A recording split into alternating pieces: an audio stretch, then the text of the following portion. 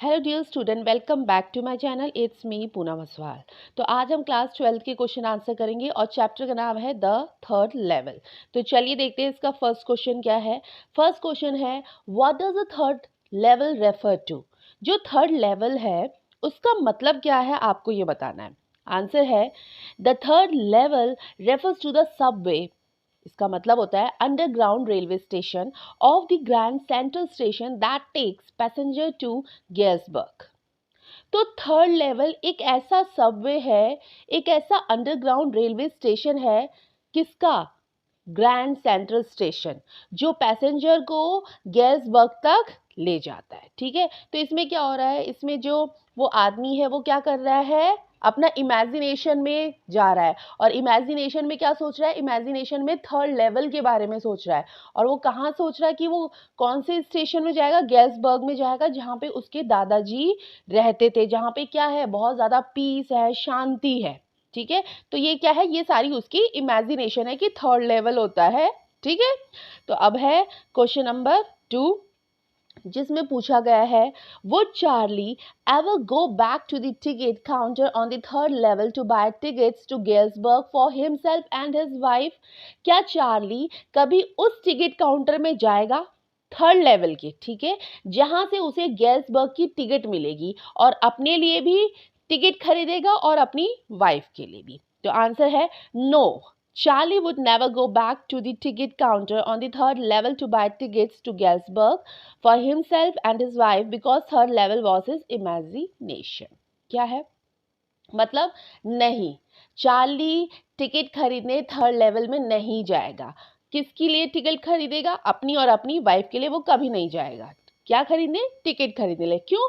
क्योंकि third level था ही नहीं, वो तो सिर्फ उसका क्या है, वो उसका सिर्फ एक इमेजिनेशन है। इमेजिनेशन क्या है कि वो थर्ड लेवल जाए। तो थर्ड लेवल सिर्फ क्या है, एक इमेजिनेशन है, तो वो टिकट कैसे खरीदेगा? ठीक है, अब बढ़ते हैं हम नेक्स्ट क्वेश्चन में, जो कि है क्वेश्चन नंबर 3, जिसमें पूछा गया है, do you think the third level was a medium of escape for Charlie. मतलब क्या वो रियलिटी से बचना चाहता था? कौन? चार्ली। तो आंसर है yes, I think the third level was a medium of escape for Charlie. He was living in a hi-fi modern city where life was full of stress. He used to miss the peaceful place where his grandfather lived. The third level was his imagination. Answer है हाँ, third level medium of escape था Charlie के लिए। वो एक modern society में रहता था, हाई फाई सोसाइटी में रहता था चार्ली, जहाँ पर क्या होता था, जहाँ पर बहुत ज़्यादा स्ट्रेस रहती था। ठीक है, किसके लिए? चार्ली के लिए, कि बहुत ज़्यादा उसको स्ट्रेस रहता था। कहाँ पर?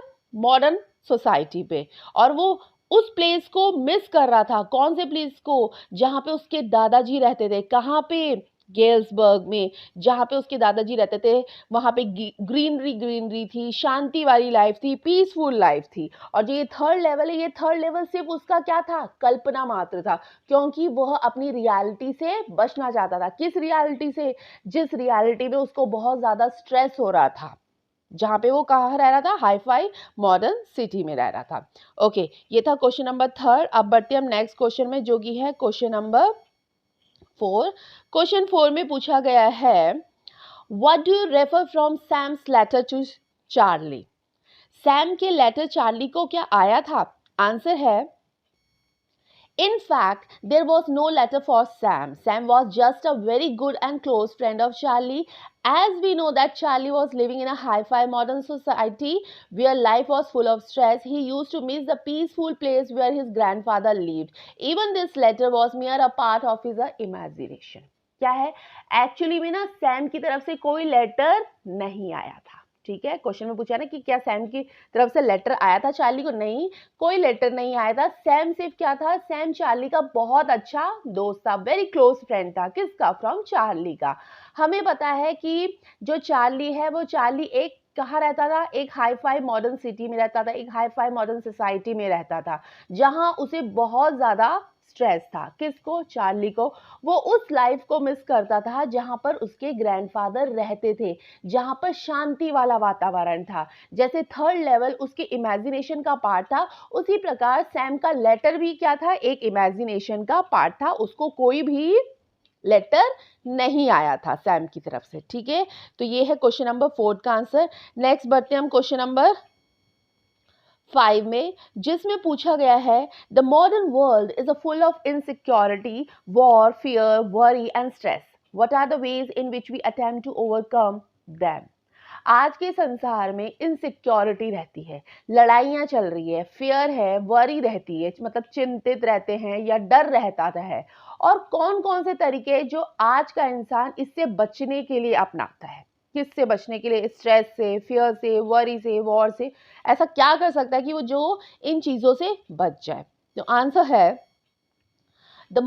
The modern world is full of insecurity, warfare, worry and stress. The ways in which we attempt to overcome them are as follow. जो हम आज के संसार में जो इनसिक्योरिटी है, डर है, लड़ाइयाँ हैं, हम जो चिंतित रहते हैं, हमें जो स्ट्रेस है, उनसे बचने के कुछ निम्नलिखित कारण हैं जो कि मैंने पॉइंट्स में दे रखे हैं। क्या है? फर्स्ट है, we try to spend time with our family and loved ones to reduce stress. हमें अपनी फैमिली के साथ रहना चाहिए और उनके साथ ज़्यादा रहना चाहिए जिनसे हम प्यार करते हैं। ठीक है। सेकंड है, some people go for meditation for peace. और हमें क्या करना चाहिए? हमें मेडिटेशन या एक्सरसाइज भी करनी चाहिए जिससे हमें क्या मिले? हमें शांति मिलेगी। ठीक है।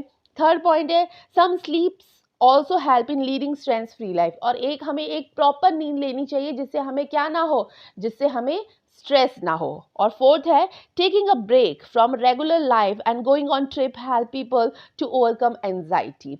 हमें ब्रेक लेना चाहिए अपनी लाइफ से। कहाँ पे कि हमें ब्रेक इस चीज़ से लेना चाहिए कि जो हमारी भागदौड़ वाली लाइफ है उससे थोड़ा ब्रेक ले और हम क्या करें, हम एक ट्रिप में जाए जिससे हमारी जो एंजाइटी है उससे हम बच सके। ठीक है, तो ये था क्वेश्चन नंबर 5 का आंसर।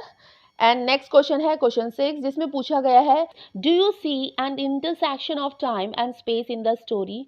क्या आप देख सकते हैं इस स्टोरी में इंटरसेक्शन ऑफ टाइम? तो आंसर है yes, we can see an intersection of time and space in the story. हाँ, हम देख सकते हैं इंटरसेक्शन ऑफ टाइम इस स्टोरी में। कैसे? फर्स्ट है, at first we see that in present there were only 2 levels of grand central situation, but there was a third level in a past 1890s. ठीक है, क्या है? सचमुच में हमने देखा है कि वो प्रेजेंट में 2 ही लेवल है। ठीक है, और वो पास्ट में तीसरा लेवल भी है और वही वो कहाँ क्या करते हैं, चला जाता है। कौन? चार्ली। सेकंड क्या है? सेकंड है, Charlie and his wife Louisa live in present yet we find that Charlie rushes to get old currency to buy 2 tickets of Galesburg to 1894।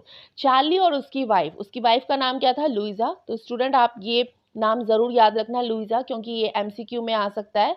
तो चार्ली की वाइफ का नाम क्या था? लुइजा थी। लुइजा वो क्या रहते थे? वो प्रेजेंट में रहते थे। ठीक है, फिर भी वो क्या देखता था चार्ली वो ये देखता था कि उसको ओल्ड करेंसी मिल जाए और वो पास्ट में जाना चाहता था। उसको जब पुरानी करेंसी मिल जाए तो वो 2 टिकट ले, और 2 टिकट किस किस के लिए ले? अपनी और अपनी वाइफ के लिए। और उससे वो क्या करे? उससे वो टिकट खरीदे और वो कहाँ जाए? गेल्सबर्ग जाए, जहाँ पे कौन रहते थे? उसके दादाजी रहते थे, जहाँ पे बहुत ज़्यादा शांति थी। कौन सोचता था ये सब? कौन सोचता था? ये सब सोचता था चार्ली। बट ये सिर्फ उसका क्या था? ये सिर्फ उसका एक इमेजिनेशन पार्ट था। ठीक है, तो ये थे question answer the third level के। तो स्टूडेंट, अगर आपको समझ में आया होगा तो प्लीज़ इसे लाइक करिए, शेयर करिए, और अगर आप चैनल पे न्यू हो तो चैनल को सब्सक्राइब भी करिए। साथ में जो बेल आइकन है उस बेल आइकन को प्रेस करिए जिससे मेरी हर आने वाली नोटिफिकेशन आपको मिल सके। तो फिर थैंक यू।